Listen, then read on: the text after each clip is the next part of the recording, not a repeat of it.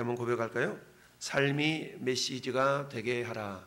삶이 메시지가 되게 하라. 아멘. 우리의 삶이 메시지가 되게 하라. 사도 바울이 이제 3차 선교 여행을 마치고 다시 이제 돌아가는 그런 길목에서 밀레도에서 복음을 전하다가 강론하다가 유두고라는 그런 젊은이가 그야말로 졸다가 떨어져 죽게 되는 사고가 발생하게 됩니다. 그런데 그 청년을 다시 또 살리는 놀라운 기적의 역사가 나타나게 되죠.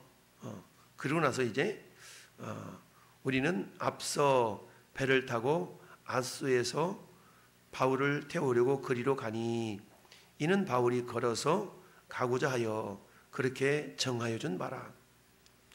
여러분, 밀레도는 드로아는 밀레도까지 이제 드로아에서 밀레도까지 가는 내용을 얘기하고 있는데, 이 드로아는 유럽에서 아시아로 이렇게 넘어와서 있는 항구 도시가 밀레도입니다. 그러니까 지금 마게도냐를 떠나서 쭉 이렇게 지금 다시 아시아로 건너오게 되는데요. 원래는 배를 타고 곧바로 에베소를 거쳐서 이렇게 넘어오려고 그랬는데 바울을 헤아려 하는 그런 공모가 있다고 그랬죠. 3절 말씀 볼까요? 3절 20장 3절 시작. 거기 석 달 동안 있다가 배를 타고 수리아로 가고자 할 때에 그때에 유대인들이 자기를 헤아리고 공모함으로 마게도냐를 거쳐 돌아가기로 작정하니 그랬죠. 그러니까 원래는 그 배를 타고 이렇게 가려고 그랬는데 항해를 선택하지 않고 육로를 선택해서 저 아가야에서 저 위쪽으로 다시 마게도냐는 세 가지 도시를 우리가 기억하자 그랬죠. 마게도냐는 저 위에는 빌립보, 그 다음에 데살로니가, 그 다음에 베레아, 이 세 개 도시를 우리가 기억하자 그랬죠. 그렇게 해서 저 위에서 거쳐서 그 다음에 이제 그 빌립보를 거쳐서 6절 보니까 우리는 무교절 후에 빌립보에서 배로 떠나 닷새만에 드로아에 있는 그들에게 가서 이레를 머무니라 그랬죠. 그러니까 6절 말씀 보면 빌립보는 유럽이에요. 그러니까 빌립보 외항이 네아폴리라는 항구고요. 거기에서 이제 떠난 거야. 그래서 닷새만에 어디로 갔어요? 드로아에 갔다. 드로아는 아시아. 그러니까 에게해 해협을 닷새만에 건너게 된 거죠. 이제 건너게 돼가지고 지금 어디에 도착한 거냐면 드로아에 도착한 겁니다. 이 드로아에서 엿새를 7일을 머물면서 강론하다가 유두고라는 청년이 누에서 떨어져 가지고 이렇게 다시 살리는 그런 사건이 있었죠. 그 사건이 있는 다음에 자 어떻게 되냐? 13절로 오늘 다시 본문으로 돌아와서 우리는 앞서 배를 타고 아소로 갔다. 그러면 지금 드로아에서 해변을 따라서 배를 타고 아소까지 우리는 누구냐면 이 사도행전을 기록했던 누가와 그 일행들이에요. 누가 일행들. 그래서 4절 말씀 보면 그 일행이 누군가 쭉 나타나 있어요. 4절 말씀 보면 아시아까지 함께 가는 자는 베레아 사람 브로의 아들 소바더, 데살로니가 사람 아리스타고, 세군도, 더베 사람 가이오, 그 다음에 디모데, 아시아 사람 두기고, 두로비모라고 하는 이 두로비모라 그랬죠? 그들은 먼저 가서 드로아에서 우리를 기다리더라. 그러니까 사도 바울 홀로서 선교여행을 떠났던 것이 아니라 많은 동역자들이 있었어요. 그 동역자들이 있었기에 사도 바울의 선교사에게 성공적으로 이렇게 이끌어 갈 수가 있었다고 그랬어요. 그렇게 해서 드로아에서 2일 동안 머물면서 그런 일이 있었고, 그 다음에는 어때요? 이 드로아에서 배를 타고 가면 되는데 배를 타고 가지 않냐고 사도 바울은 어땠어요? 우리는 앞서 배를 타고 아소까지 갔는데 그러면 드로아에서 아소까지는 약 30여 킬로미터 되는 거리예요. 그러니까 30킬로 정도를 배를 타고 가니까 걷는 것보다 좀 빨랐겠죠. 그랬는데 사도 바울은 배를 타지 아니하고 걸어갔어요. 그래서 우리는 앞서 배를 타고 아소에서 바울을 태우려고 그리로 가니, 그러니까 바울은 드로아에서 지금 어디까지? 아소까지 걸어간 거죠. 그리고 다른 일행들은 이 드로아에서 배를 타고 아소까지 갔고, 그렇게 해서 우리가 아소에서 만납시다 얘기한 거예요. 그러니까 어떤 이유인지 모르지만 아마 바울이 자기 자신의 어떤 선교 사역을 이렇게 돌아보는 그런 의미로 아마 걸어서 30여 킬로미터를 가지 않았나 싶어요. 그래서 걸어서 가고자 하여 그렇게 정하여 준 것이다. 그래서 결국 어때요? 바울이 아소에서 우리를 만나니, 우리가 배를 태우고 배에 태우고 미둘레네로 가서, 이 미둘레네는 근처에 있는 작은 섬이에요. 섬에 있는 항구인데 이 섬으로 가서 거기서 하루 자고 또 이튿날 기호 앞에 이르고 그 다음에 또 이튿날 사모에 들르고 그 다음날 밀레도에 이르렀더라. 이 밀레도는 에베소 외항이라고 할 수 있어요. 에베소 외항. 우리는 말하면 여기 평택이 나면 외항이 어디예요? 저 포승이잖아요. 여기서 포승까지 한 30km 가요. 근데 에베소에서 이 밀레도 항구까지는 한 40여 킬로 걸립니다. 그러면 원래 에베소를 들려야 되는데 에베소를 들리지 않고 16절에 뭐라고 그랬냐면 바울이 아시아에서 지체하지 않기 위하여 에베소를 지나 배를 타고 가기로 작정하였으니, 그러니까 에베소에 들러서 좀 이렇게 단도리 좀 하고 이래야 되는데 그렇지 않고 바로 배를 타고 아시아를 거쳐서 배를 타고 오순절 안에 예루살렘에 가려고 그랬어요. 그 이유가 왜 그러냐면 지금까지 모아놨던 선교 헌금을 빨리 예루살렘 교회에 전달하고 싶었던 거예요. 그렇게 해서 급히 내려갔다는 얘기죠. 그래서 에베소 교회를 들리지 못하니까 사람들을 보내서 에베소에 있는 장로님들을 밀레도로 초청을 한 겁니다. 그래서 40km 떨어져 있는 에베소 교회 장로님들이 밀레도 항구까지 이렇게 내려오게 되었어요. 그래서 이제 그곳에서부터 17절부터 마지막 절까지 이 장로님들에게 고별 설교하는 내용이 17절부터 마지막 절까지인데, 그 가운데 오늘 우리 읽은 본문은 17절 24절인데요. 여기서 우리가 생각해 볼 것은 어때요? 삶이 메시지가 되게 하라라고 했지 않습니까? 우리 흔히 어떤 사람을 평가할 때 그렇게 얘기하잖아요. 그 사람 말하는 거는 틀림없어. 이런 얘기들 합니다. 그 사람 말하는 건 틀림없어. 그 사람 말은 틀림없어. 왜요? 그 사람은 말했다면 반드시 지키는 사람. 이런 어떤 경우가 있잖아요. 근데 어떤 사람은 어때요? 말만 해놓고 행하지 않는 경우들이 많잖아요. 그 사람 말 믿을 거 없어. 우리 이렇게 얘기하는 경우가 많죠. 어떤 사람은 그 사람 말은 확실해 라고 하는 사람이 있는 반면에 어떤 사람은 그 사람 말뿐이야. 이런 사람이 있다는 얘기죠. 이처럼 말을 하고 그 말을 지키려고 부단히 노력하고 수고해서 그 말한 말을 끝까지 지키려고 하는 사람이 있는 반면에, 그렇지 아니하고 말을 해놓고도 내가 무슨 말을 했는가 금세 잊어버리고 행동하지 못하는 그런 경우들이 많이 있는데요. 그런데 사도 바울의 삶은 그렇지 않았다. 사도 바울의 삶은 한마디로 말하면 말 그 자체가 행동이었고 행동 그 자체에는 그저 메시지가 담겨있는 그런 삶이었다라는 얘기입니다. 그 삶의 첫 번째 특징은 뭐냐? 한번 고백할까요? 신실함. 신실했다는 얘기죠.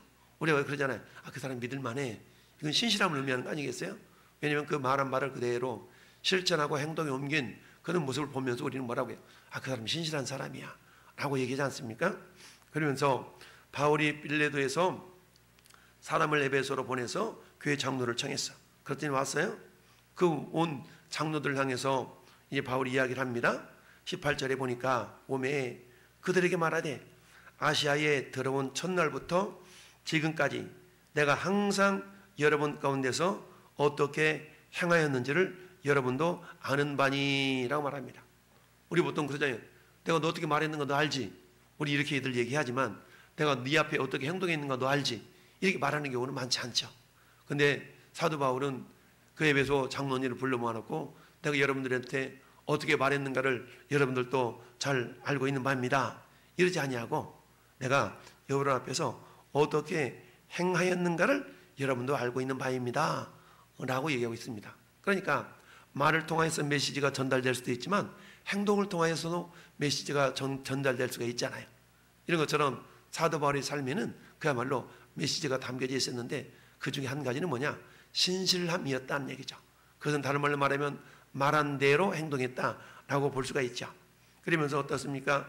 여러분도 아는 바니 곧 모든 겸손, 눈물, 시험, 참는 거, 그러면서 유익한 것은 무엇이든지 공중 앞에서나 각 집에서나 거리낌이 없이 여러분에게 전하여 가르쳤다.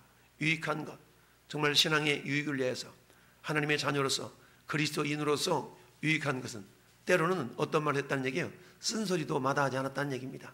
우리는 어때요? 설교를 듣는데 내 귀에 좀 달콤한 이야기를 들으면 기분이 좋지, 쓴소리 하면 괜히 모르게 찔리고 부담스럽고 이런 경우가 많이 있지 않습니까? 그러다 보니까 많은 목회자들이 설교 패턴 자체가 죄를 지적하거나 이런 설교보다는 그저 그냥 따뜻한 설교를 하는 경우가 많이 있죠. 그래서 유익한 것은 무엇이든지 공중 앞에서나 각 집에서나 거리낌이 없이 여러분에게 전하여 가르쳤다. 하나님의 말씀에는 다양한 내용들이 있죠. 그래서 어떤 말씀은 죽과 같은 말씀이 있어요. 죽은 씹지 않아도 그냥 홀라당 마시면 넘어가는 게 죽이잖아요. 죽과 같은 말씀, 그건 소화가 잘 돼요. 근데 어떤 말씀은 어때요? 딱딱해. 딱딱한 말씀이 있어. 그 말씀은 그냥 넘길 수가 없어. 그냥 막 씹어 먹어야 돼. 씹어서 아작아작 씹어서 심에서 단물이 나와서 그야말로 이게 죽이 될 때까지 이렇게 씹어서 먹어야 소화가 되는 말씀이 있어요. 그 말씀을 히브리서에서는 너희가 이제 어른이 좀 되어야 되는데 아직도 어린아이가 돼 있어. 내가 너희에게 젖이나 먹여야 되는 그런 상황이구나. 젖은 어때요? 씹을 것도 없어. 그냥 홀라당 마시면 돼. 그러니까 하나님 말씀이 그렇다는 얘기죠. 하나님 말씀이 신령한 젖인데, 이 젖인데 그 말씀이 때로는 우리 홀라당 그냥 삼켜버릴 수 있는 그런 말씀이기도 해요. 그런데 어떤 말씀은 딱딱해서 왜 이렇게 저런 말씀이 우리에게 들려질까? 라고 할 정도까지 그런 딱딱한 말씀이 있을 수도 있거든요. 근데 여러분, 어린아이는 딱딱한 음식을 소화를 못 시켜요. 어린아이에게는 젖이 필요하고 죽이 필요하지만, 그러나 믿음이 장성해져 갈수록 여러분, 큰 사람 어른에게 자꾸 죽만 먹여봐. 죽만 먹이면 어떻게 돼요? 힘을 못 써. 힘을 못 써. 우리 유정복 집사님이 건강관리 때문에 그야말로 병원 입원해 계셔가지고 죽만 드시다 보니까 어때? 근육이 잘 발달이 안 돼. 그러니까 기운이 나지 않는 거야. 우리 성도들도 역시 마찬가지 아니겠어요?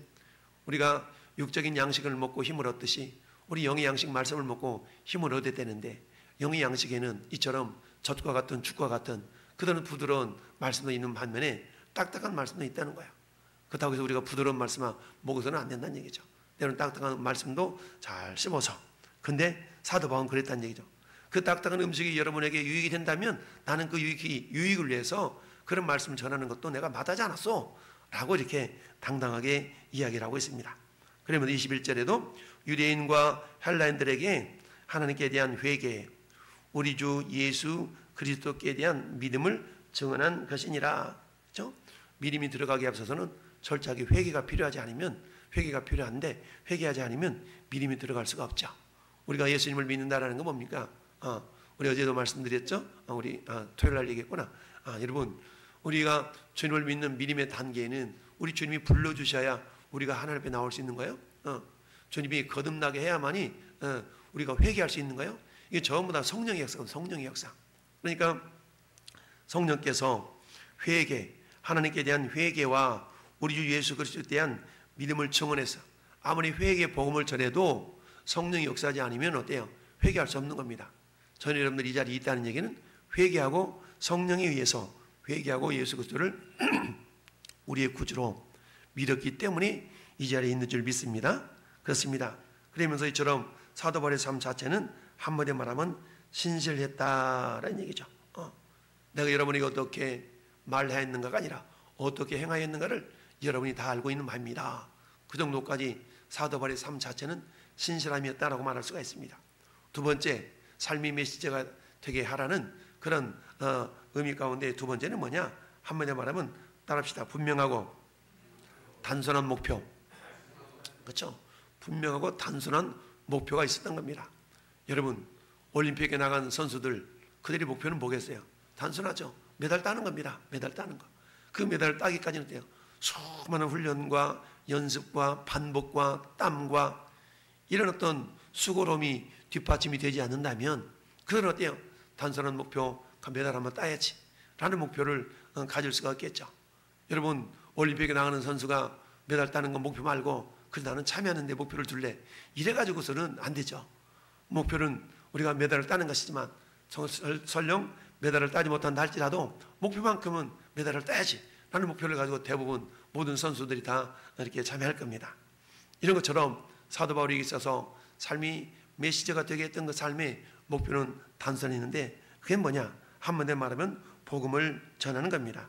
그 복음을 전하는 것이었는데 예수 그리스도에 대한 복음을 전하는 것. 오늘 24절은 그렇게 얘기합니다. 내가 달려갈 길과 주 예수께 받은 사명 곧 하나님의 은혜의 복음을 증언하는 일.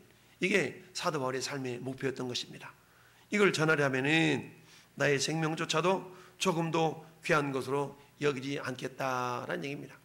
우리 주님은 그렇게 말씀하시죠. 너희는 때를 얻든지 못 얻든지 말씀을 전파하라. 때를 얻든지 못 얻든지 말씀을 전파하라. 이 말은 무슨 말입니까? 때가 아닌 것 같아도 기회를 만들어서 복음을 전파할 수 있어야 된다라는 얘기예요. 이처럼 사도 바울은 보라 이제 나는 성령에 매여 예루살렘으로 가는데 거기에서 무슨 일을 당할는지 나는 모른다. 근데 어때요? 그 가면 환난과 결박이 있대 라고 얘기를 합니다. 여러분 환난과 결박, 거기 가면 환난과 결박이 있어. 이렇게 내가 감동되어졌고 많은 사람들이 얘기를 했어. 그러면 가야 돼요? 안 가야 돼요? 안 가야 환난과 결박이 없잖아요. 그럼에도 불구하고 사도 바울이 굳이 환난과 결박을 감당하내고서도 그곳에 갈 수밖에 없었던 이유는 왜 그래요? 복음 전파를 위해서 그랬다는 얘기죠. 곧 하나님의 복음을 증언한 일을 마치기 위해서 그랬다는 얘기죠. 그래서 사도 바울은 복음을 증언한 일을 마치는 그 장소를 어디로 정했다고요? 서바나, 스페인으로 정했다고 그랬죠. 어제 그래서 우리가 디모데 전서 말씀을 통해서 사도 바울은 로마의 감옥에 갇혀 있으면서 1차적으로 석방되었을 때 제4차 선교 여행을 다니면서 그야말로 그가 목표 삼았던 마지막 세상 끝으로 여겼던 스페인, 서바나까지 가서 복음을 전하는 그런 일을 했다. 그게 뭐예요? 사도 바울에서도 은혜 복음을 증언한 일을 마치는 일이었어요. 그리고 다시 또 로마에 와서 투옥되어지고 결국 순교를 당하는 그런 삶을 마무리하게 되었다는 사실입니다. 그렇습니다. 우리 삶에도 어때요? 삶이 메시지가 되게 하라 라는 그런 의미를 우리가 생각해 보면서 오늘 한 날 누군가가 나를 평가할 때 아, 그 사람 틀림없는 사람이야. 그 사람 행동하는 거 봐봐. 틀림없잖아 라고 그렇게 우리가 인정받을 수 있는 그런 믿음의 사람들이 될 수 있기를 바랍니다. 또한 더불어서 우리 주님 말씀합니다. 너희는 먹든지 마시든지 무엇을 하든지 하나님의 영광을 위하여 하라 라고 말씀하고 있죠. 하나님의 영광, 최고의 영광은 뭡니까? 우리를 통하여 주님이 드러나는 거 아니겠습니까? 그러기 위해서는 어때요? 우리가 복음을 증거하는 그런 삶의 자리가 날마다 나타날 수가 있어야 된다. 이처럼 오늘 하루도 저 내용을 통해서 삶이 메시지가 되는 인생, 그걸 위해서 우리가 어때요? 내 삶이 단순 명료하고 신실한 가운데서 우리가 복음을 오늘도 증거하는 그런 믿음의 사람들이 될 수 있기를 예수님의 이름으로 축원합니다. 아멘.